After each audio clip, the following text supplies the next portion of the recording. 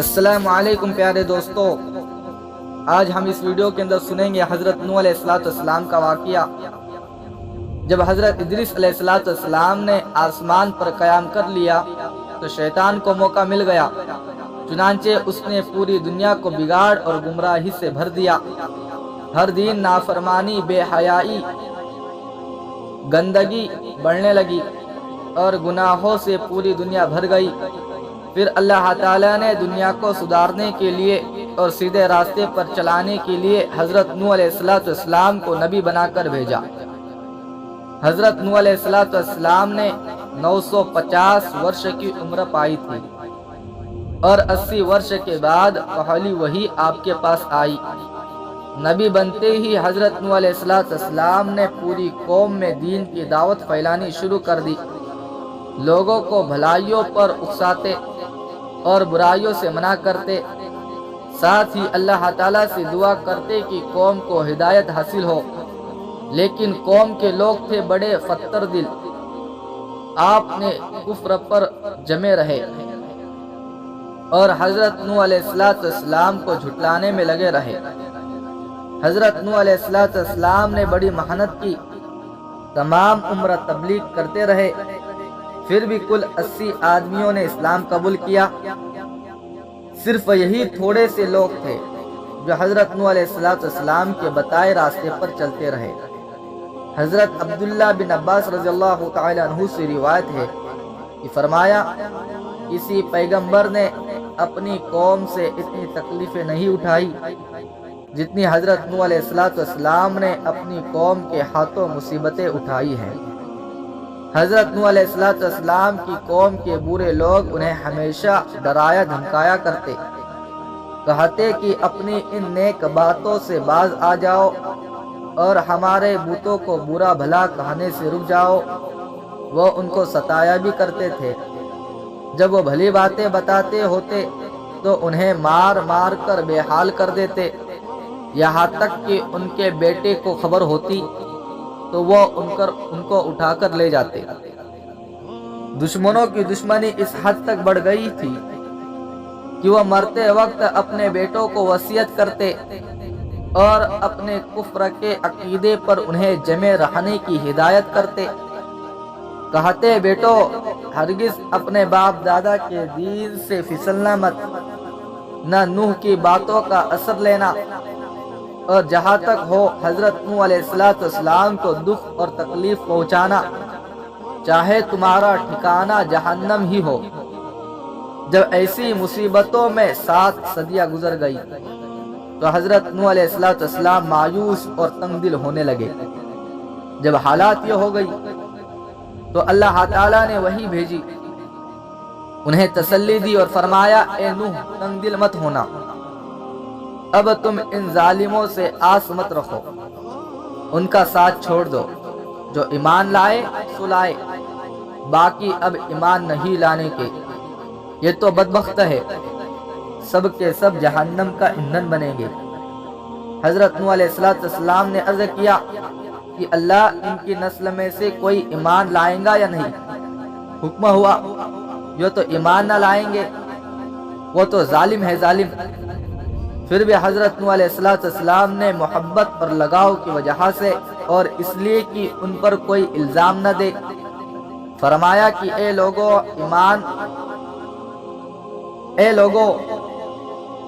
ایمان نہ لاؤ گے تو یہ سمجھ لو کہ اللہ تعالیٰ کا عذاب آئے گا۔ قوم نے کہا کہ ہم تو ود، سوا، یغوث اور یعوق جو ہمارے بت ہیں ان کی محبت اور ان کی پوجا ہرگز نہ چھوڑیں گے۔ تم ایک خدا کی عبادت کی بات کرتے ہو تو اس کے خلاف ہم تو انہی بتوں کو پوجیں گے۔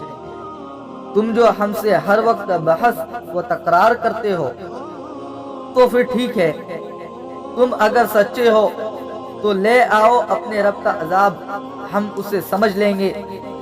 جب حضرت نوح علیہ السلام مایوس ہو گئے اور دشمن اپنی دشمنی میں اکڑتے رہے تو حضرت نوح علیہ السلام نے بڑی ہی نرمی اور عاجزی کے ساتھ اللہ کو پکارا اور کہا، اے خدا، جب میں ان کو تیری تابعداری اور بندگی کی طرف بلاتا ہوں تاکہ تو انہیں بخشے تو یہ تو اپنی اکڑ میں کانوں میں انگلیاں گھس لیتے ہیں، اپنے چہروں پر کپڑے ڈال لیتے ہیں اور میری بات سنتے ہی نہیں بلکہ اپنے کفر میں اور تیز ہو جاتے ہیں۔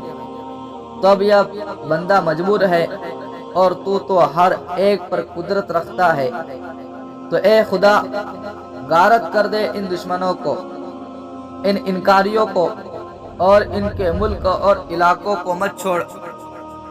حضرت نوح علیہ السلام کی آواز اللہ تعالیٰ نے سن لی، عذاب کا فیصلہ ہو گیا، اس قوم کو طوفان سے ہلاک کر کے پانی کے راستے سے دوزخ کی آگ میں ڈالیں گے۔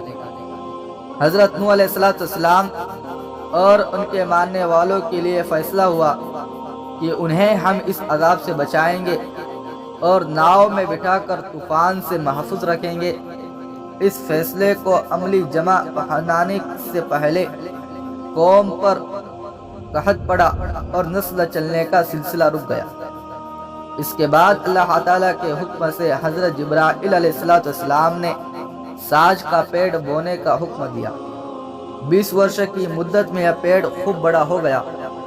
پھر حضرت جبرائیل علیہ السلام نے بتایا کہ اب اس پیڑ کی لکڑی سے ناؤ بنانا شروع کر دو۔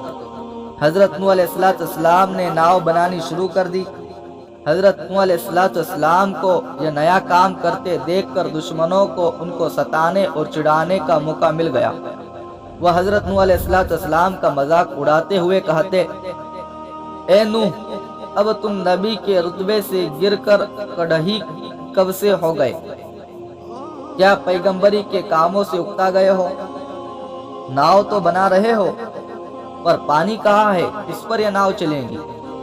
حضرت نوح علیہ السلام نے فرمایا، تم تو اپنے انجام سے بے خبر ہو، دنیا میں ایسے پھنسے ہو کہ آخرت کی خبر ہی نہیں۔ تم تو آج ہمارا مذاق اڑا رہے ہو، لیکن خوب سمجھ لو کل ہماری باری آئیں گی، ہم تمہارا مذاق اڑائیں گے۔ اس طرح حضرت نوح علیہ السلام اپنے ناؤ تیار کرنے میں جٹے رہے۔ جب ناؤ تیار ہو گئی تو انہوں نے تخوں کے جوڑ پر ہر حصے میں روغنے اور لگایا اور اللہ تعالیٰ کے حکم کے مطابق شمشاد کے تختوں کا تابوت حضرت آدم علیہ السلام کے مبارک جسم کے لیے بنایا، اور اسی وجہ سے سچے محافظ یعنی اللہ نے ان کے جسم کو طوفان سے بچایا۔ پھر حضرت جبرائیل علیہ السلام نے ہر جنس کے جانور جو دھرتی پر پائے جاتے تھے حضرت نوح علیہ السلام کے پاس جمع کیے، ساتھ ہی ہر قسم کے جانور اور چڑیا بھی جمع کی۔ حضرت نوح علیہ السلام نے ہر ایک جانور کا ایک ایک جوڑا لے کر ناؤ میں چڑھایا۔ حضرت نوح علیہ السلام کے جتنے دینی ساتھی تھے انہیں بھی ناؤ میں سوار کیا۔ جب یہ 82 لوگ ناؤ میں داخل ہوئے اور ان کے تمام سامان بھی لد گئے، تب اللہ تعالیٰ کا عذاب شروع ہوا اور تندور سے پانی کا فوارہ نکلنا شروع ہوا۔ حضرت نوح علیہ السلام کی بیاہی بیوی اور ان کا بیٹا کنعان ناؤ پر نہ آئے۔ کنعان نے تو کہہ دیا، میں کسی پہاڑ پر پناہ لے لوں گا۔ حضرت نوح علیہ السلام بولے، اس سے کام نہ چلے گا، نہ پہاڑ کی پناہ کام دیں گی، نہ کسی جھاڑ اور پودے کی، اس لیے بیٹے تم اب بھی آ جاؤ۔ لیکن وہ نافرمان بیٹا نہ مانا۔ اسی بیچ ایک موج آئی اور اس نے اس کو ڈبا لیا۔ حضرت نوح علیہ السلام کو اس کے ڈوبنے پر بڑی دیا آئی۔ عرض کیا کہ یہ بیٹا اپنوں میں سے ہے، اور اے اللہ تو نے اپنوں کو بچانے کا وعدہ فرمایا تھا، امید ہے تو اپنا وعدہ پورا کرے گا۔ حکم ہوا، اپنا وہ ہے جو بھلے کام والا ہے، برے کام والا اپنا نہیں ہے۔ 40 دن تک طوفان کا یہ پانی دھرتی کو پانی میں ڈبوتا رہا۔ آسمان سے ورشا بھی ہوئی، زمین سے پانی کے سوتے بھی پھوٹے۔ تمام آبادیوں کے مکان، باغ، مال، جائیداد اور آبادیوں کے تمام لوگ اس طوفان کی بھید چڑھ گئے۔ اس طرح پانی ہی پانی تھا، اتنا پانی تھا کہ پہاڑ تک اس میں ڈوب گئے، لیکن نوح کی ناؤ پر جو لوگ سوار تھے وہ جھکولے کھاتے ہوئے بھی، اندھیرا ہوا اور اتھاہ پانی کے ہوتے ہوئے بھی اللہ کی پناہ میں تھے۔ اللہ تعالیٰ نے انہیں ڈوبنے سے بچا لیا تھا۔ پھر طوفان سے ختم ہونے کا حکم ہو گیا۔ کہا گیا، اے زمین اپنے پانی کو تھام، اے آسمان اب پانی کا کام نہیں۔ اب جب ناؤ سے اترنے کا وقت قریب آیا تو حضرت نوح علیہ السلام نے کوے کو فرمایا کہ جلدی پانی کا حال معلوم کر کے اعلان کرے، ایسا نہ ہو کہ کہیں جا کر ٹھہر جائے۔ کوا تو جا کر اپنے مردار خانے میں لگ گیا اور یہ بھول گیا کہ حضرت نوح علیہ السلام نے کچھ کہا تھا، اس لیے اسے حضرت نوح علیہ السلام نے بددعا دے دی اور وہ ہمیشہ کے لیے ذلیل و خوار کر دیا گیا۔ اپنی نافرمانی کی وجہ سے مردار خانہ اس کے مقدر میں لکھ دیا گیا۔ پھر کبوتر کو حکم دیا کہ وہ پتہ لگائے۔ وہ زیتون کے پتوں کو چوش میں لے کر واپس آیا۔ پتوں کی بنیاد پر حضرت نوح علیہ السلام نے یہ اندازہ لگایا کہ پانی اب کافی کھسک گیا ہے اور اب پیڑوں کے سر پانی سے ظاہر ہو گئے ہیں۔ اس خبر سے دل کا غم اور رنج دور ہوا۔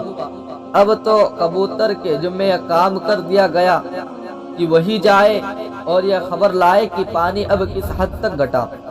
کبوتر ہر دن اڑتا اور پانی کی کمی کی خبر کسی نہ کسی طرح پہنچاتا تھا۔ ایک دن کبوتر کے پاؤں میں کیچڑ لگی ہوئی پائی گئی۔ یہ اس بات کا ثبوت تھا کہ زمین پر سے پانی بالکل ہی کھسک گیا ہے۔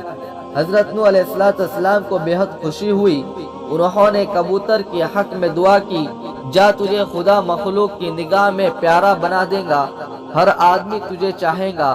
تفسیر لکھنے والے کہتے ہیں کہ حق تعالی شانہ نے حکم دیا کہ میں ایک پہاڑی پر ناؤ کو ٹھہراؤں گا اور تمام ناؤ والوں کو اس پہاڑ پر اتاروں گا۔ سب پہاڑوں نے اپنی بلندی پر فخر کرتے ہوئے سر بلند کیے، مگر جودی پہاڑ نے چھوٹا پن ہی دکھایا۔ اللہ تعالیٰ نے اس کے اس چھوٹے پن کی وجہ سے اسے عزت بخشی اور نوح کی ناؤ اس پہاڑ پر ٹھہرائی گئی۔ پھر اسی پہاڑ کے نیچے تمام لوگ اترے، وہاں ایک گاؤں آباد کیا گیا۔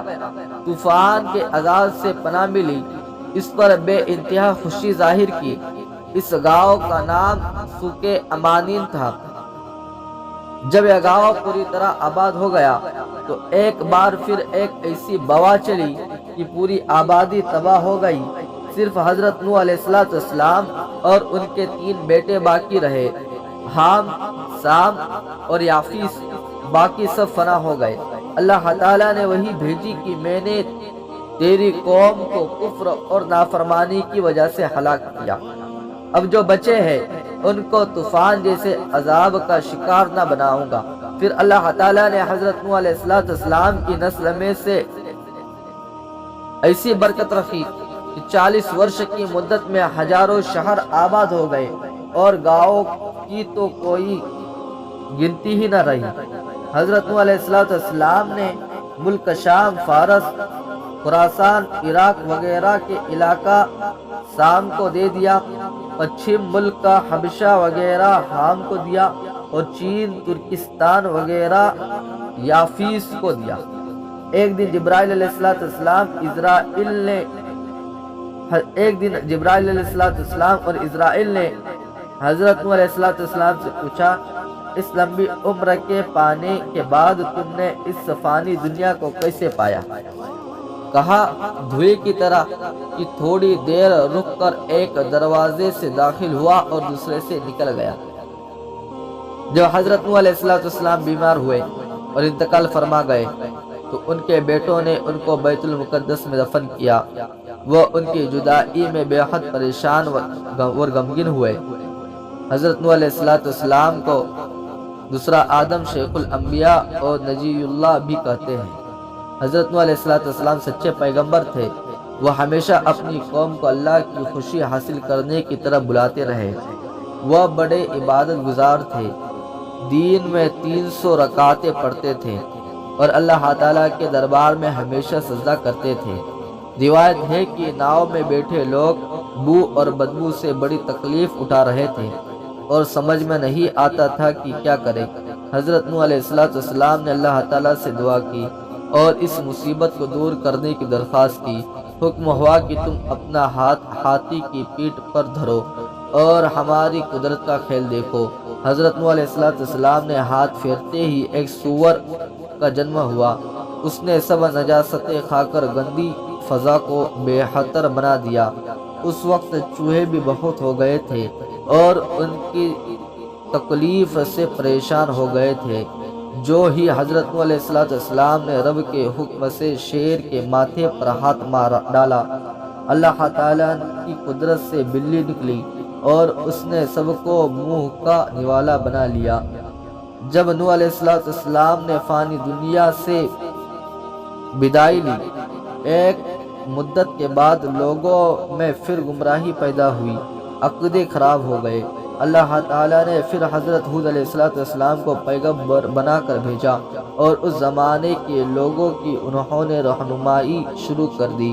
اسی طرح کے اور بھی ویڈیو کے لیے ہمارے چینل کو سبسکرائب کریں اور بیل آئیکن کو آن کریں کہ آپ کو ہماری ویڈیو کی نوٹیفیکیشن ملتی رہے۔